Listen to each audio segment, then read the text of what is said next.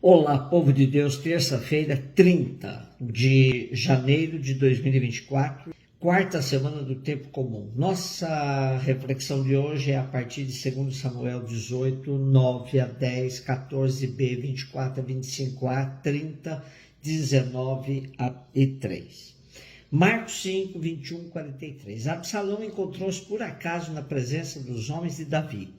Ia montado numa mula e esta meteu-se sob a folhagem espessa de um grande carvalho. A cabeça de Absalão ficou presa nos galhos da árvore, de modo que ele ficou suspenso entre o céu e a terra, enquanto que a mula em que ia montado passou adiante.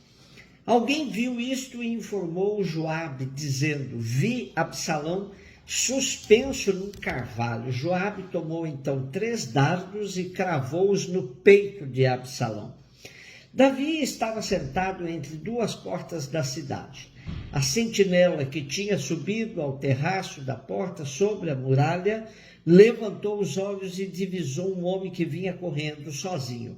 Pôs-se a gritar e avisou o rei, que disse: se ele vem só, traz alguma boa nova. O rei disse-lhe: passa e espera aqui. Tendo ele passado e estando no seu lugar, apareceu o etíope e disse: trago-te, senhor meu rei, a boa nova.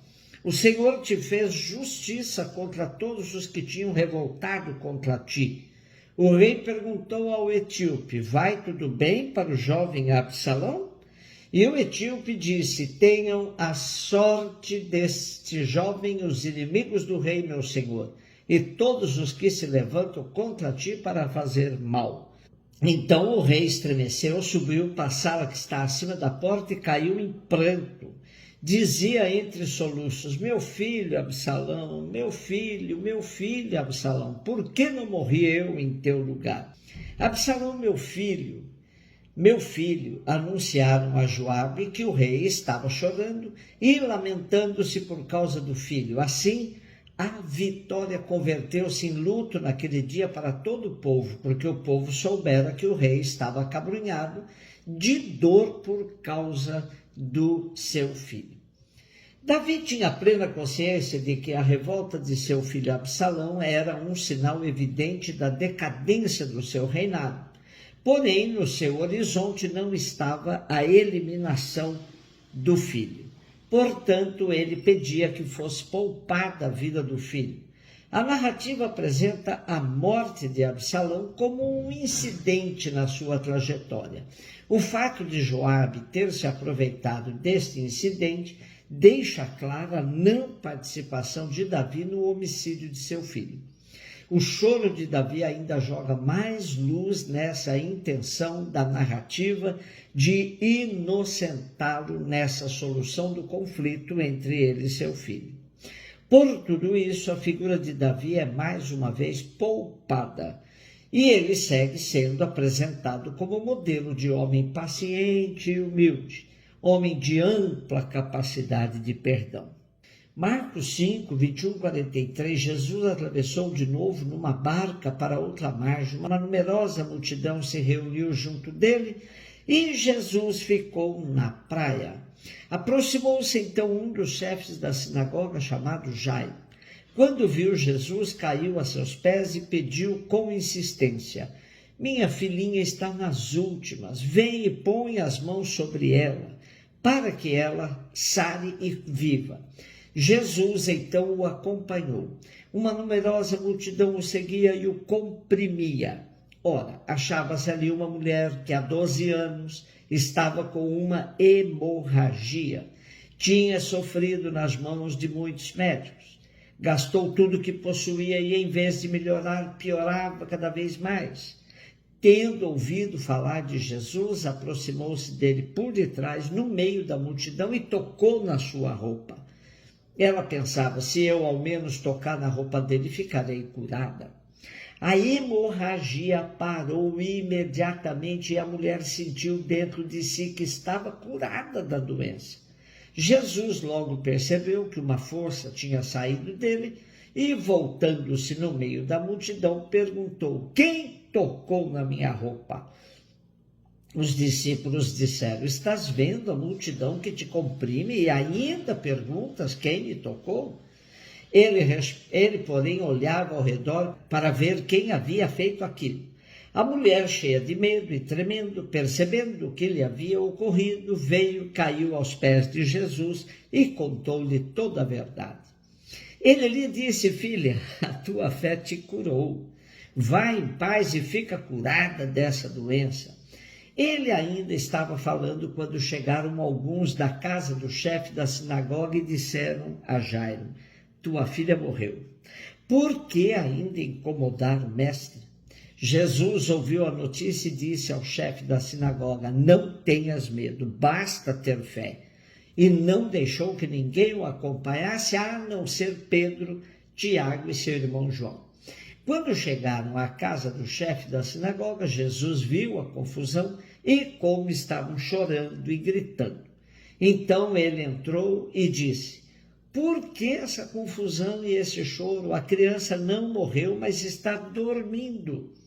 Começaram então a caçoar dele.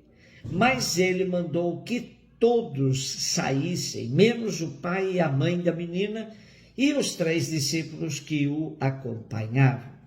Depois entraram no quarto onde estava a criança. Jesus pegou na mão da menina e disse: Talitá cum, que quer dizer: menina, levanta-te. Ela levantou-se, imediatamente começou a andar, pois tinha 12 anos. E todos ficaram admirados.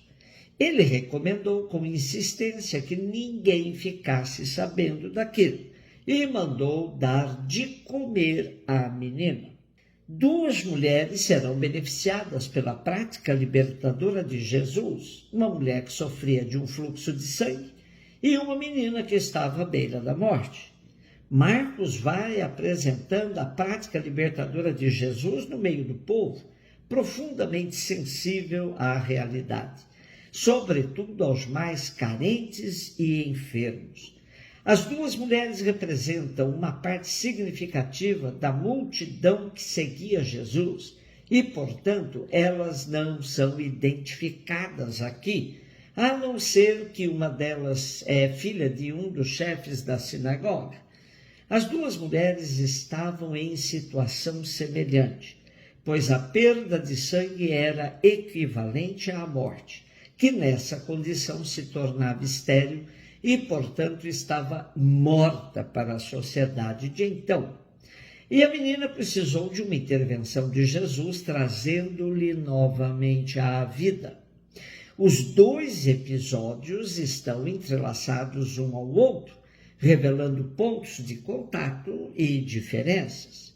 Para a mulher, Jesus recomendou que fosse em paz, mas não lhe disse que não contasse aos outros o que havia acontecido com ela.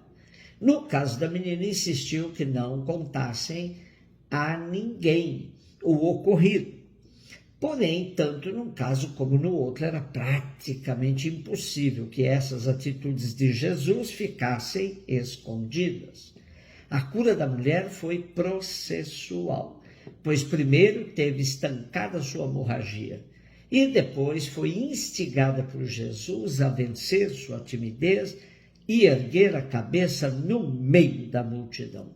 E a menina foi tomada por Jesus pelas mãos e ressuscitada, pois o verbo levantar no imperativo tinha exatamente esse sentido. E o fato de a menina ter 12 anos indica que já estava apta para assumir o costume do esponsal, isto é, do noivado, promessa de casamento. Não nos esqueçamos de que Marcos quer responder à pergunta: quem é Jesus? Por isso, sua narrativa tem a prática libertadora de Jesus como central. E no trecho de hoje, a messianidade de Jesus é exaltada, apresentando-o como o Senhor da vida. Um beijo no seu coração.